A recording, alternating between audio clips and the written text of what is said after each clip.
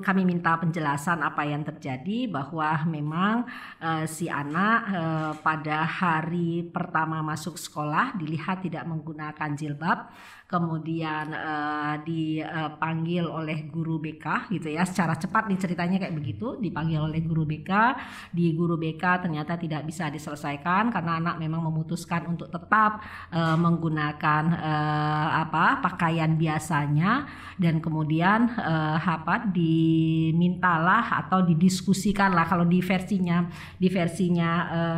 kepala sekolah, anak mau menghadirkan orang tuanya. Kira-kira nih ya, penyelesaian yang sekarang muncul itu ya, bagaimana kondisi si anak ini? Kan kita harus ada juga pendampingan ya, karena kan bukan tidak berisiko ya. Di dunia maya itu kita bisa lihat ya pro kontra kan. Ada juga yang menyalahkan yang orang tuanya dan segala macam. Kenapa menyebar-nyebar ini di medsos dan segala macam. Ini kan juga sampai menteri turun segala macam lah, gitu-gitulah.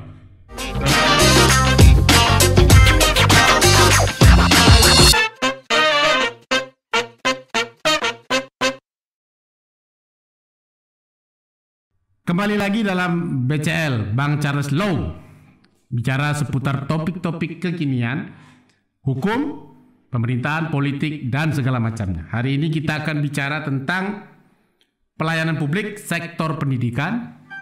Pasti sudah pada tahu ya. Sekarang sudah lagi hangat di Kota Padang khususnya, tapi Sumatera Barat lah. Dan sudah menjadi isu nasional. Nah, tujuan kita mendiskusikannya tidak lain tidak bukan menambah literasi masyarakat kita supaya tidak mengambil kesimpulan sendiri-sendiri, menimbulkan prasangka dan kesalahan, sehingga dalam tanda petik menimbulkan kegaduhan. Apa itu? Ya seputar penyelenggaraan pendidikan, persoalan seragam, persoalan jilbab, kemudian ada isu diskriminasi dan segala macam. Dan saya pikir ini penting untuk kita diskusikan. Kenapa? Karena ini menyangkut hak-hak dasar masyarakat untuk memperoleh pelayanan pendidikan. Sudah hadir bersama kita Uni saya, ya, dari Ombudsman Perwakilan Sumatera Barat. Terima kasih Uni sudah mau hadir dalam acara BCL. Bang Charles, saya pikir tadi itu BCL itu siapa gitu ya. Ternyata yang ini BCL. Iya. Ternyata Bang Charles loh. Kita itu masih saudara jauh sama BCL satu lagi. Uni, ini kan kenapa kita diskusikan ini? Jadi bukan untuk memperpanjang-panjang polemik ya, tapi ini kita mau teman-teman penikmat informasi langgam.id melalui channel ini memahami kira-kira duduk persoalan seperti apa, sehingga kemudian publik juga punya literasi lengkap terkait isu yang kemudian sekarang lagi viral. Tapi sudah mulai mereda ya, karena katanya sudah mulai muncul penyelesaian. Sudah ada penyelesaian, bukan muncul, sudah ada penyelesaian. Kira-kira seperti apa nih kronologisnya sehingga kemudian Ombudsman dalam tanda petik ya turun tangan untuk menyelesaikan persoalan ini? Ya, jadi kita tahu bahwa ada video yang viral ya terkait dengan pemanggilan orang tua murid yang memutuskan untuk tidak menggunakan kerudung di sekolah karena ada aturan untuk penggunaan kerudung, dan kemudian dia menjadi viral gitu ya. Nah, sering orang melihat bahwa kenapa terlalu banyak orang ikut nimbrung dalam wacana ini gitu. Kan cuma satu orang nih yang bersuara, kenapa harus dijadikan atau dibesar-besarkan ya. Sebetulnya dan Ombudsman pun ikut campur. Nah itu kan kenapa Ombudsman terus lembaga-lembaga negara sebegitunya memberikan perhatian pada ini gitu ya. Kan gitu. Iya. Nah memang Ombudsman akhirnya memanggil kepala sekolah. Jadi mengundang kepala sekolah untuk mengkoordinasikan apa yang sebetulnya terjadi di sekolah tersebut. Karena memang kami tentu harus mendengar langsung, tidak hanya mendengar dari video yang viral itu. Nah ketika yang bersangkutan datang, kami minta penjelasan apa yang terjadi, bahwa memang si anak pada hari pertama masuk sekolah dilihat tidak menggunakan jilbab, kemudian dipanggil oleh guru BK gitu ya, secara cepat nih ceritanya kayak begitu, dipanggil oleh guru BK, di guru BK ternyata tidak bisa diselesaikan karena anak memang memutuskan untuk tetap menggunakan pakaian biasanya, dan kemudian dimintalah atau didiskusikanlah, kalau di versinya kepala sekolah, anak mau menghadirkan orang tuanya gitu ya, artinya orang tuanya hadir. Nah, ketika orang tuanya hadir terjadilah hal yang seperti ini. Nah, tentunya Ombudsman akan lihat fokus pada bagaimana sih sebetulnya penyelenggara layanan publik gitu ya, merespon kondisi atau aturan yang ada ini gitu ya. Ini seperti apa mestinya aturan yang ada di sekolah sebagai penyelenggara layanan yang mestinya adil, tidak diskriminatif. Itu kan yang paling penting. Nah, aturan ini posisinya seperti apa? Terus tindakan pelaksana atau guru itu semestinya seperti apa ketika persoalan-persoalan ini terjadi. Nah, jadi kita harus lihat bahwa ini isu antara satu orang warga negara ya, satu warga negara atau satu peserta didik yang merupakan warga negara Indonesia dengan penyelenggara layanan publik. Penyelenggara layanan publik ini kan pemerintah negara gitu ya. Jadi ini adalah sesuatu yang harus hadir negara untuk menyelesaikannya gitu.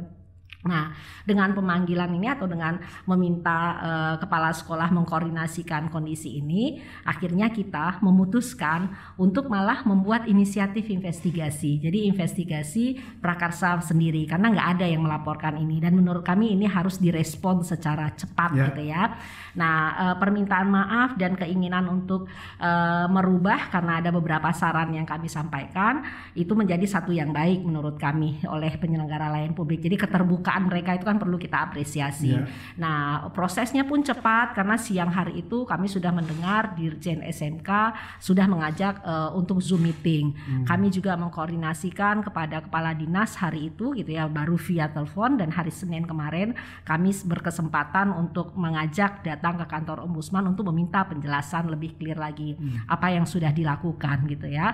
Nah, ada banyak hal ternyata yang sudah dilakukan oleh Dinas Pendidikan gitu ya. Dan hal-hal itu tentu sekali lagi kita lihat bahwa ada upaya-upaya mereka untuk menyelesaikan. Nah, tapi penyelesaian yang sangat prinsip tentu kita harus bantu gitu ya. Kita harus bantu apa yang harus dibereskan. Apakah aturan itu saja dibiarkan seperti itu atau kita telisik dampak-dampak yang lainnya, itu menjadi bagian yang terpenting. Nah, atau ada isu lain yang nanti juga akan rentan muncul ke depan. Misal isu yang pernah masuk menjadi laporan di Ombudsman itu adalah ketidaktersediaan guru agama Kristen misalnya. Nah, itu juga perlu kita pastikan. Atau kita juga mendengar dari kepala sekolah bahwa anak-anak yang non-muslim juga ikut hadir di acara kegiatan keagamaan Islam. Nah, pertanyaan saya, mereka hadir itu karena harus ambil absen atau apa? Nah, ini kan juga perlu kita untuk saran Ombudsman untuk melakukan perubahan gitu ya. Itu tidak hanya karena soal kerudungnya saja, tapi hal-hal yang lain juga kita minta untuk dilakukan perubahan. Lagi-lagi kita sampaikan bahwa penyelenggara layanan publik itu harus adil dan tidak diskriminatif. Nah, terkait dengan kasus ini, Ombudsman tentu melihat dugaan maladministrasinya, ya kan? Jadi kita kembali ada dugaan maladministrasinya. Dugaan maladministrasinya itu penyimpangan prosedur terkait dengan aturan itu, pembuatan aturan itu, dan yang kedua tindakan yang tak patut. Nah, itu terkait dengan tindakan-tindakan yang dilakukan oleh guru. Jadi dua dugaan ini menjadi bagian yang akan kami investigasi. Hari ini teman-teman sudah ke lapangan, artinya sudah ke SMK. Kita melihat bahwa di hari ini itu ada 4 anak yang non muslim sudah buka jilbab. Artinya apa gitu ya, selama ini keberanian itu nggak ada untuk melakukan itu. Jadi memberikan satu dampak dan itu dibiarkan. Artinya diberikan kebebasan di sekolah itu untuk membuka. Baru tadi pagi kan saya belum sempat cerita itu, tapi jam 10 tadi teman-teman ke SMK dan kami sudah lihat itu. Jadi satu hal perubahan sudah terjadi. Hal yang lain minggu depan kami akan ketemu lagi dengan kepala dinas untuk membicarakan apa yang sudah dilakukan. Hari ini Kepala Dinas menjanjikan akan mengeluarkan surat edaran terkait dengan upaya untuk melakukan perbaikan terhadap surat atau aturan-aturan yang ada. Nah, tadi seperti yang kita sampaikan tadi itu kan kalau baju seragam di mana-mana kan kita punya baju seragam ya. Di kantor Ombudsman juga punya baju seragam. Ini di Langgam juga pakai seragam. Nah, di Langgam juga ada baju seragam gitu ya. Tapi apakah baju seragam itu diseragamkan? Bentuknya kah, modelnya kah? Di Ombudsman bisa beda-beda orang punya model. Ya kan, nah jadi seragam dalam keberagaman, mestinya kan kayak begitu ya. Jadi tetap ada keberagaman itu dihargai. Kira-kira gitu Bung Charles. Dan yang lagi-lagi kami sampaikan bahwa prinsip atau azas penyelenggaraan layanan itu harus adil dan tidak diskriminatif gitu. Non diskriminatif itu menjadi bagian yang terpenting yang harus diperhatikan oleh semua penyelenggara layanan. Baik, pada bagian itu saya mau beritahu juga, mungkin sebagian kita belum familiar ya dengan Ombudsman. Jadi jangan salah juga nih ya. Ini ada yang bilang Ombudsman ini kayak LSM gitu. Ombudsman ini lembaga negara yang tugasnya mengawasi. Jadi lembaga negara, dia punya kantor di pusat di Jakarta sana dan punya kantor perwakilan di hampir seluruh provinsi di Indonesia. Nah, saya lengkapi aja. Ombudsman itu dia bertugas mengawasi pelayanan publik, penyelenggaraan layanan publik. Kemudian kita kenal dengan kalau ada tindakan-tindakan di luar ketentuan, kalau bahasa Ombudsman itu maladministrasi. Dan ini jelas ya, kalau saya pun secara hukum bisa memandang memang ada maladministrasi ya, terutama dalam konteks penentuan standar pakaian seragam bagi siswa yang non muslim tadi. Dan fakta yang tadi disampaikan itu menarik. Saya khawatir mudah-mudahan tidak gunung es tidak fenomena gunung es yang kemudian seperti yang kita lihat, pemerintah juga sudah mengatakan bahwa di dalam instruksi yang lama yang bagi saya itu sudah tidak berlaku lagi ya, karena itu instruksi wali kota, di mana sekarang khusus SMA itu sudah menjadi kewenangan gubernur. Ya mestinya pemerintah provinsi segera membuat regulasi yang pas dan tepat untuk menindaklanjuti supaya peristiwa-peristiwa yang sama tidak terulang lagi. Kenapa? Karena kan terjemahan atas instruksi yang lama itu yang kemudian hari ini dampaknya masih terasa ya, dan tidak jadi gunung es itu katanya sih tidak ada paksaan. Faktanya kemudian kan ada yang kemudian setelah peristiwa ini berani buka jilbab atau bagi yang dia non muslim ya. Itu yang saya pikir juga penting. Kira-kira nih ya, penyelesaian yang sekarang muncul itu ya, bagaimana kondisi si anak ini, kan kita harus ada juga pendampingan ya, karena kan bukan tidak berisiko ya. Di dunia maya itu kita bisa lihat ya pro kontra kan. Ada juga yang menyalahkan yang orang tuanya dan segala macam. Kenapa menyebar-nyebar ini di medsos dan segala macam. Ini kan juga sampai menteri turun segala macam lah gitu-gitulah. Dalam konteks si anak ini sebagai pihak yang dalam tanda petik menyuarakan tindakan maladministrasi itu gimana? Apakah Ombudsman melakukan pendampingan khusus atau?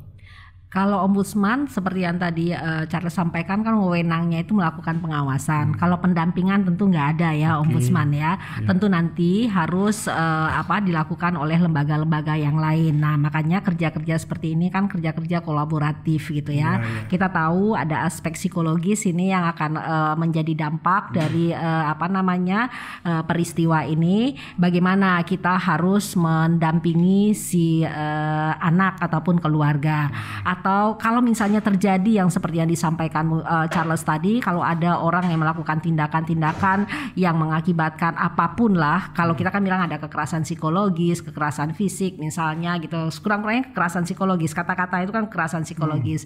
Ini apa yang harus dilakukan oleh si anak. Nah menariknya dari pertemuan kami kemarin itu, Kepala Dinas menyampaikan bahwa sekolah harus membuat saluran pengaduan.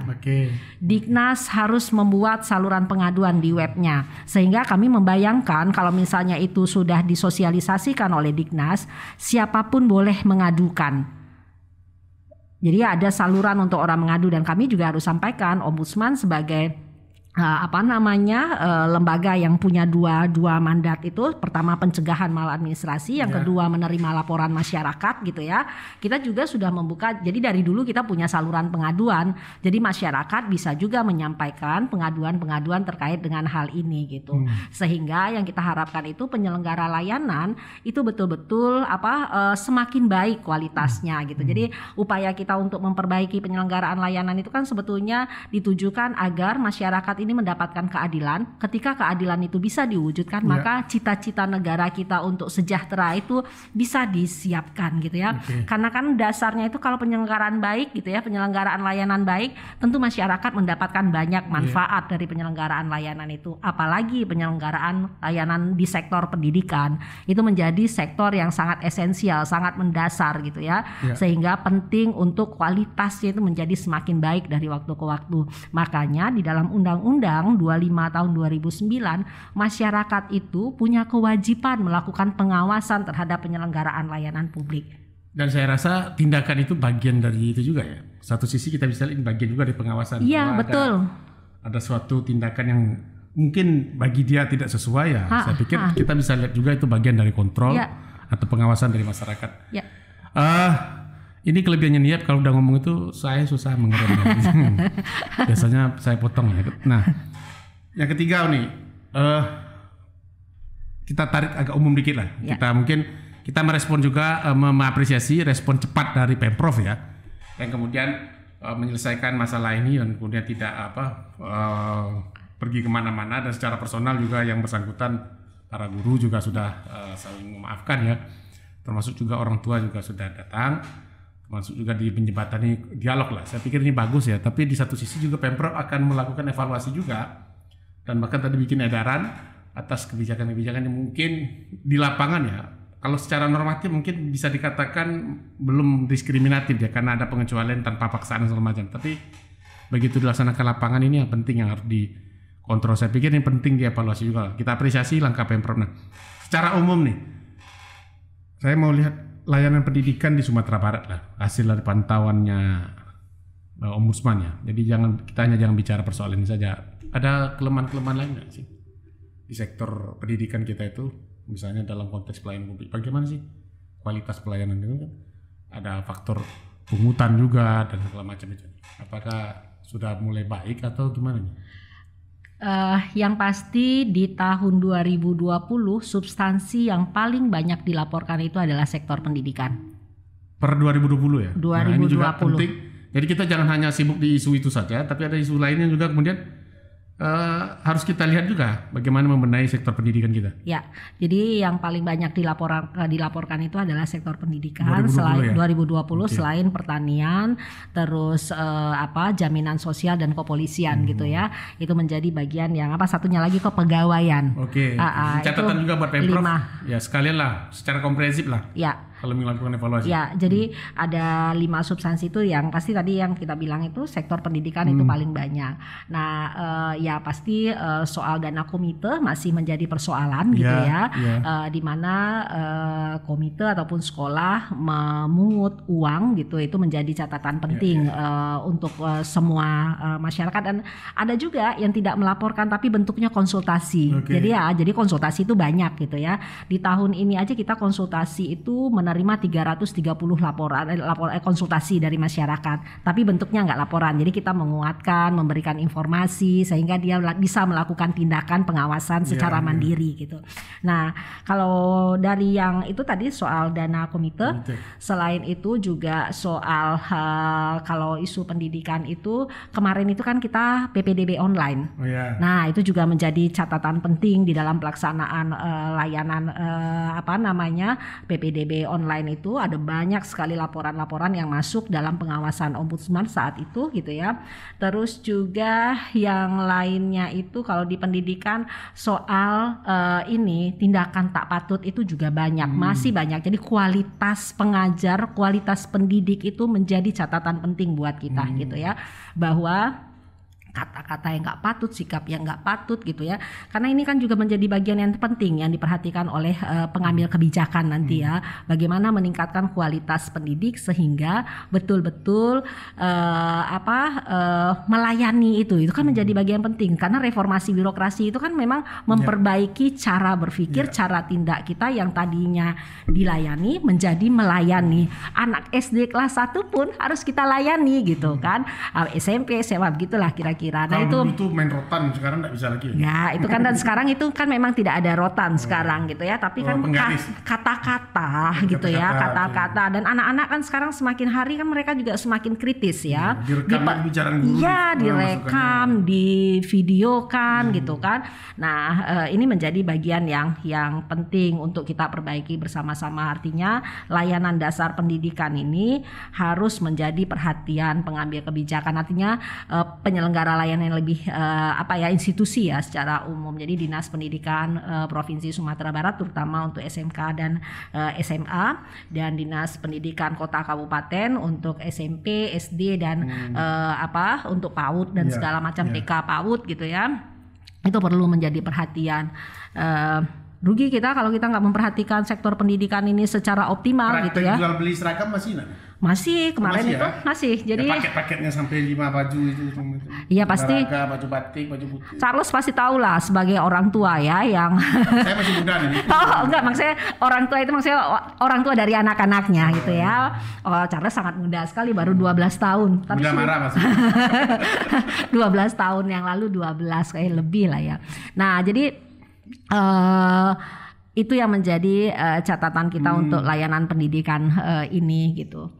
Dan berharap ya, tentu harapan kita dengan berbagai laporan-laporan yang ada ini, pemerintah juga menyegerakan untuk melakukan perbaikan. Dan saya mendengar kalau soal PPDB kemarin itu sudah mulai mereka mempersiapkan PPDB untuk tahun berikutnya gitu ya.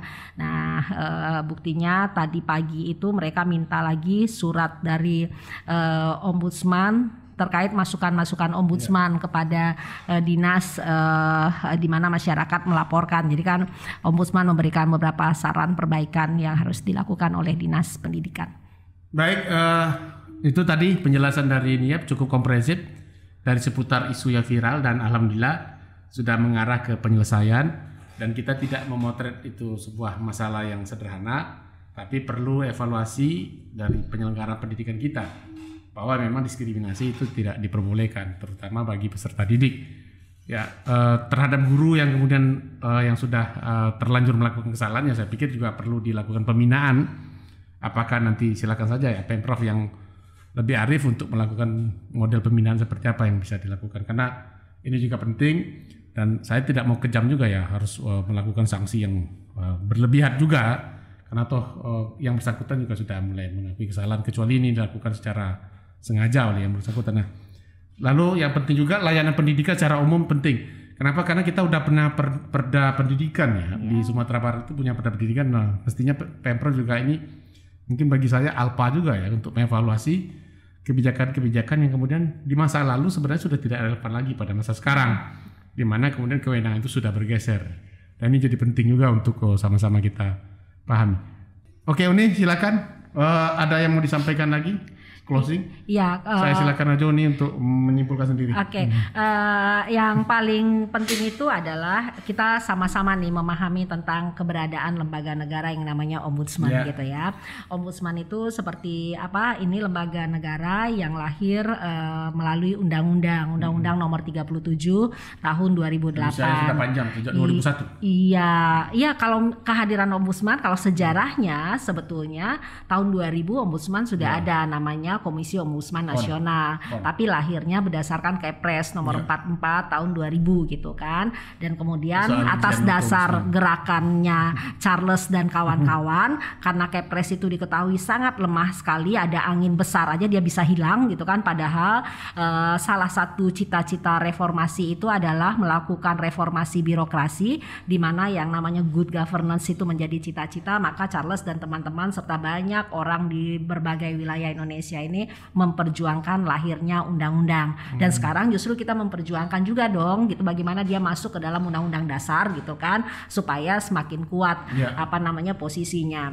Nah, di undang-undang itu, di undang-undang 37 itu dinyatakan bahwa ombudsman itu merupakan lembaga negara yang memiliki wewenang untuk melakukan pengawasan terhadap penyelenggaraan layanan publik yang dilakukan oleh penyelenggara negara gitu ya, pemerintah, termasuk nih orang kan kadang-kadang lupa ya, swasta, BUMN, badan hukum milik negara, makanya laporan BPJS juga banyak dilaporkan ke kita gitu kan. Terus juga perseorangan. Jadi perseorangan yang menggunakan anggaran negara atau ditugaskan untuk melakukan penyelenggaraan layanan dengan menggunakan anggaran negara seluruh aktivitasnya atau sebagian gitu ya. Nah, dari itu tadi saya juga sudah sampaikan ada dua akhirnya tugas dan fungsinya ombudsman.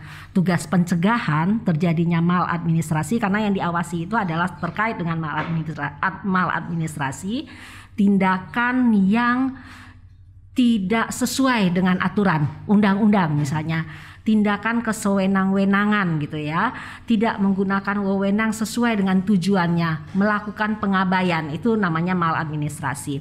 Nah, jadi mencegah maladministrasi ini bagian ini sebetulnya dia sudah terjadi, dugaannya ada, tapi ke depan apa yang harus kita perbaiki gitu ya. Yang kedua itu menerima laporan masyarakat. Nah, yang sering menjadi perlu dipahami oleh masyarakat itu bagaimana sih kita melapor ke ombudsman.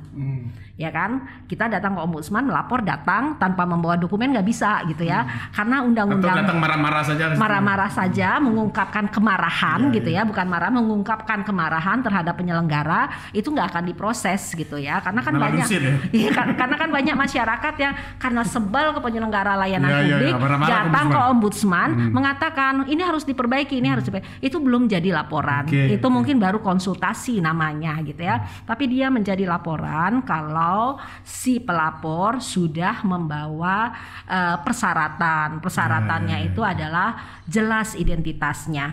Nah, jadi ombudsman nggak akan misalnya Charles bikin surat terus nggak jelas nama, nggak jelas siapa, itu nggak akan diproses. Pelapor dirahasiakan ya? Pelapor bisa dirahasiakan atas permintaan pelapor. Banyak pelapor juga bilang nggak perlu dirahasiakan gitu, tapi pelapor bisa dirahasiakan karena permintaannya gitu. Atau kita ngelihat, Bu, Pak, ini kayaknya harus baiknya dirahasiakan. Kita juga bisa memberikan saran gitu ya. Nah, tapi lebih banyak itu kita menerima dari si pelapor sendiri. Dia akan tanya, Pak, kalau kami, Bu, kalau kami ditulis nama kami aman kami. Nah, pertimbangan kita akan membantu dia untuk memutuskan. Terus yang kedua itu yang berikutnya itu dia membuat yang kita bilang ya betul kronologis. Terus juga membawa dokumen bahwa mereka sudah melaporkan. Yang penting sekali itu dia sudah melaporkan langsung ke penyelenggara. Karena di undang-undang kan, di undang-undang pelayanan publik kan disampaikan bahwa sudah melaporkan terlebih dahulu ke penyelenggara layanan publik, kecuali kalau laporan itu bisa menyangkut nyawanya atau waktu. Misalnya terkait dengan nyawa, pergi ke rumah sakit gitu, tindakan belum juga diberikan padahal ini sudah hampir meninggal gitu ya. Nah, itu juga bisa kami lakukan namanya respon cepat ombudsman. Atau datang ke kantor polisi dapat ancaman dan segala macam, karena ancaman dan segala macamnya itu juga masih bisa dirahasiakan. Dan waktu misalnya besok mau wisuda ternyata ada masalah nih di kampus gitu ya, itu kita bisa lakukan respon cepat ombudsman. Nah, yang berikutnya itu laporan itu tidak berusia lebih dari 2 tahun Charles. Dan berikutnya itu laporan itu tidak sedang dalam proses pengadilan. Nah, laporan bisa diantar langsung, tapi dalam kondisi pandemi ombudsman membuka saluran daring yang kita nggak perlu datang langsung. Jadi masyarakat saya pikir perlu tahu itu juga, sehingga kita nggak tidak kesulitan untuk mengakses ombudsman, karena ombudsman kan harusnya diakses oleh banyak orang gitu ya. Kalau sekarang kita memahami jangankan mengenal ombudsman secara keseluruhan gitu ya, kata ombudsman ini aja aneh buat Iya, kita, ya kan? Kalau kita kata ombudsman itu sangat aneh sekali karena dia berasal dari kata bukan bahasa Inggris juga, Bahasa Austria. Skandinavia, ya kan? Skandinavia kuno gitu. Dan itu disadur oleh ombudsman secara sedunia. Jadi ombudsman itu tidak hanya ada di Indonesia, tapi ombudsman itu ada di dunia. Ombudsman Indonesia ini menjadi anggota Asosiasi Ombudsman Internasional. Itu kira-kira. Ya, itu tadi sosialisasi tentang ombudsman dari Jeffrey. Saya pikir besok ini Ori harus bayar untuk iklan ombudsman di sini ya. Luar biasa, panjang lebar, seperti mendengar kuliah undang-undang tentang apa ya ombudsman kita. Terima kasih nih ya. Dan Sama-sama. sekali lagi kita ingatkan bahwa ini bukan dalam rangka untuk terus berpolemik, tapi bagaimana membangun literasi, dan kita hadirkan narasumber yang apa ya, yang qualified ya, yang kemudian memang betul-betul mengikuti proses persoalan yang kemarin tadi atau tadi yang sudah kita bahas. Jadi bukan orang-orang yang nggak jelas juga ya, sehingga kemudian informasinya makin nggak jelas. Terima kasih sekali lagi Niep, dan buat teman-teman Ori terus bersemangat, dan jangan lupa bagi yang kemudian mengalami ya tindakan-tindakan maladministrasi di tempat lain, seluruh sektor pelayanan publik, silakan ngadu ke ombudsman. Di mana kantornya silakan cari di Google saja. Karena kalau saya sebutkan nanti salah alamat orang dia nih. Atau bisa Jalan juga, Sawahan nomor 58. Nah, Jalan Sawahan ya, nomor 58. Yang sekarang di depannya itu lagi dibongkar galiannya. Saya lihat itu juga bagian dari maladministrasi ya. Nggak lama tidak dibersihkan itu bekas bongkarnya. Itu saja. Salam bachelors.